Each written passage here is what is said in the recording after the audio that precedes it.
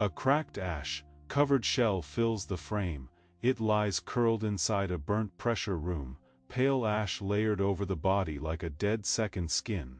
The floor beneath it reflects orange emergency light through suspended soot.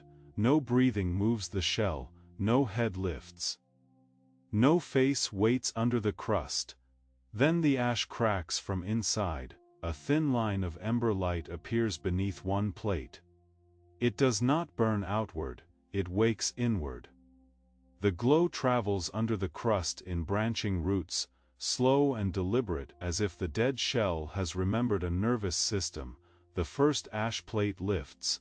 Below it, a black body folds against itself, thin, faceless, veined with ember lines that pulse under the surface. The outer skin has not survived the fire, it has become the door. This is the Ash-Molt Remnant. It does not survive burning. It becomes alive after burning. The curled shell remains still while more ash plates rise from its back. If the skin breaks too early, the adult remnant wakes blind and incomplete.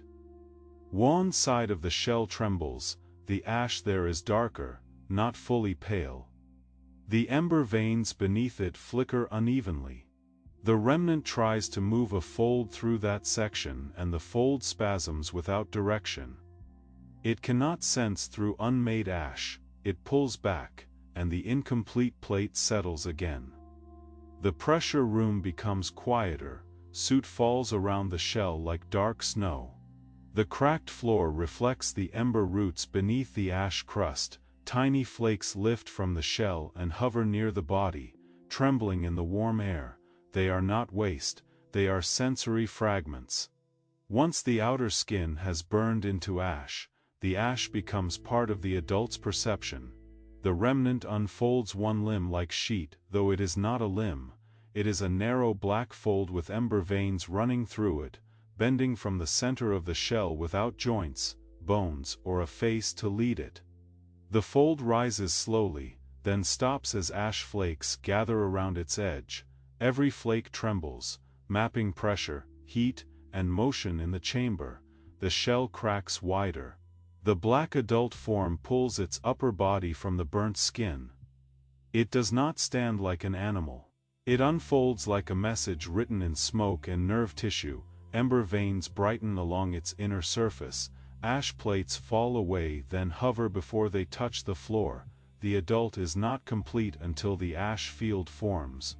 The remnant lifts higher, and the ash flakes arrange around it in a broken halo. The flakes tilt toward the walls, the floor, the ceiling pressure seams, and the heat haze. Each tiny plate is a sensor cut from the old skin. The burned shell becomes a cloud of nervous dust. A pressure tremor moves through the room. The ash halo reacts before the body does. Flakes on the left side shiver first. The ember veins there brighten. Then, the faceless adult turns, not with a head, but with its entire black body twisting toward the disturbance. The uneven burned section cracks again. This time, the remnant cannot ignore it. A thick ash plate breaks loose before the tissue beneath has fully awakened. The flakes from that section fall dead to the floor instead of hovering. For a moment, part of the halo is missing. The adult rises lopsided, one side blind to motion. It reaches with the wrong side. The black fold moves toward empty air. The ash flakes on the complete side tremble in warning. But the blind side does not answer. The remnant drags itself back into the shell, forcing ember veins through the incomplete burn. The dark ash patch begins to pale from inside. The molt is still happening, not through flame but through activation. The ember veins spread under the remaining skin. The last dark patches lighten. Cracks multiply across the shell. The air fills with suspended ash plates, each one trembling with a different rhythm. The adult waits inside its own awakening, half risen, half buried. Then the final plate lifts, the blind side opens. Lash flakes rise from it at once, catching orange light as they join the halo. The missing sensory field closes around the adult. The ember veins stabilize, the remnant unfolds its full height from the burnt shell, thin and black, with no head, no eyes, no mouth, and no visible organs. The old skin collapses below it. It is not a corpse, it is not armor. It is the finished molt, a pale broken shell that had to become ash before the real body could think. The adult remnant moves for the first time as a complete form. It glides over the cracked reflective floor surrounded by its ash halo. The flakes drift ahead of it, then recoil, then settle into orbit. The creature sees without eyes, through burned fragments of its own former skin. It reads the pressure room through ash.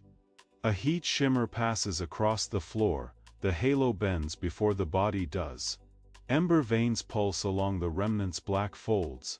The ash flakes on the floor rise again, joining the ring as if pulled by a silent command. Every piece of the old surface has become part of the new nervous field. The shell behind it breaks apart. Ash plates slide from the curled husk and scatter into the air. The adult does not look back. It cannot look. It has no face, but its halo expands over the remains, gathering the last useful flakes. The final image holds inside the burnt pressure vault. A faceless black adult stands above its cracked ash shell. Ember veins glow beneath its skin.